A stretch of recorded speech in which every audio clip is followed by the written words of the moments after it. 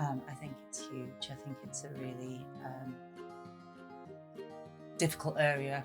Having been obese myself and lived that life, it's so damaging and it's everywhere. People just it's one of the kind of categories that aren't recognised as being damaging to people. So you won't say something offensive about other areas of a person's appearance. However, weight is just a joke to so many people, and it's face-to-face kind of jokes, and also in the media it's portrayed so much as being something to laugh at. I think it is. It does work. It certainly did for me. As far as the weight loss surgery, I know there's like the tier system that the NHS run, so it's not just straight into weight loss surgery. It's kind of trying to look at clubs and kind of diets and things as the first stage, and then you can move forward into psychological help and things like that, and then eventually if you've still not managed to get a grip of the issues that are causing it, then you might be looking at weight loss surgery. I think it's a great path.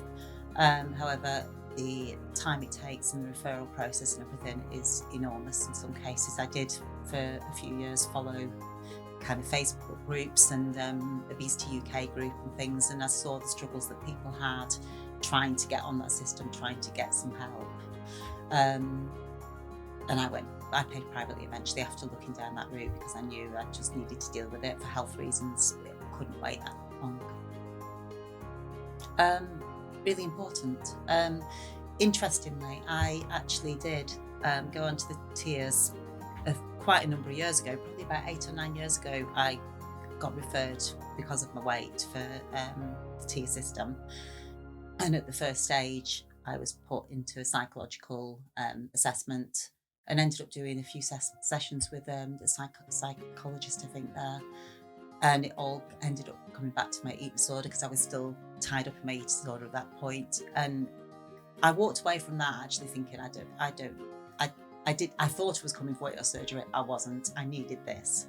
And it helped me loads. It kind of put me on a path that I slowly worked towards getting better over a few years after that. But that was the first thing that put me in the right direction. So I think it was brilliant that I got that, and really made me reconsider what I was looking for. I did think when I decided to go for weight loss surgery, I was kind of through my eating disorder. However, it was something it's part of me. It's been 31 years of having an eating disorder. It is ingrained in me, and I still felt that I personally would have liked someone to talk through that knew what they were talking about, really. And I did talk to the psychologist within the team that I was in. We briefly discussed it, but I think for many people, there's a big link between eating disorders and binge eating and obesity. Those kind of things link so strongly, and it's really important you don't just push over that to get to the point where I'm going to have surgery and I'm going to be skinny. You don't want to do that. You need to focus on what's going on, get over what you've got, and I think first steps could potentially offer that bridge that's not there at the moment. Going back a long way ago for me. I probably experienced it before I really understood what it was, because I was in the 80s and it wasn't massively discussed. It was just starting to come out in the media.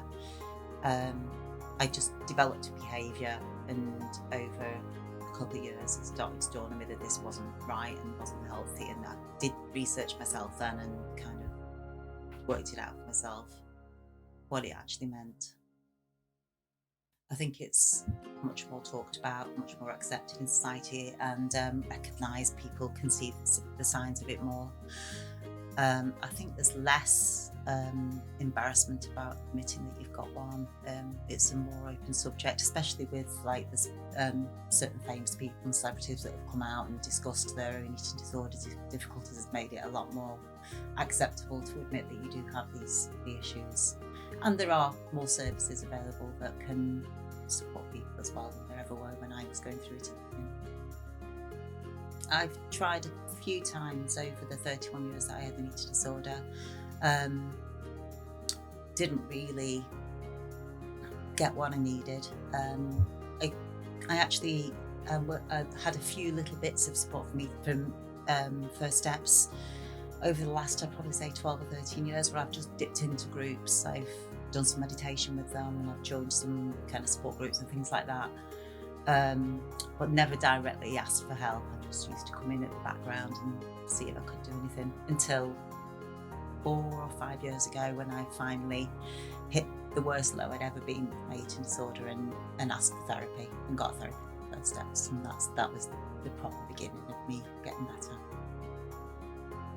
It's interesting because I think a big part of my problem was that I didn't tell people, and it was my secret. So a part of that, one of the most important things that we did within therapy, is to realise that I needed to be open about this. I needed to just tell people, face my fears, where everyone would go, oh my God, oh, how horrible.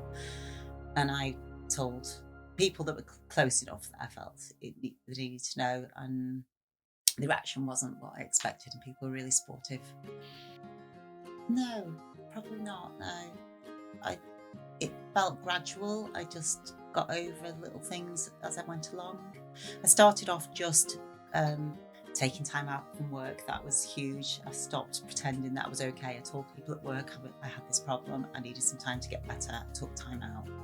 And I approached it with, as far as eating, with small and regular, like all through the day. That was my kind of thing that I did with the therapist.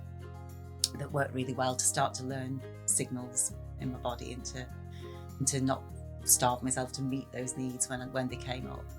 And then after that, it was a lot more psychological work. Like I say, I started to tell people, I started to talk about it openly. And yeah, I don't know, it just gradually the urges went away, and the desire to be healthy became more prominent than the other way.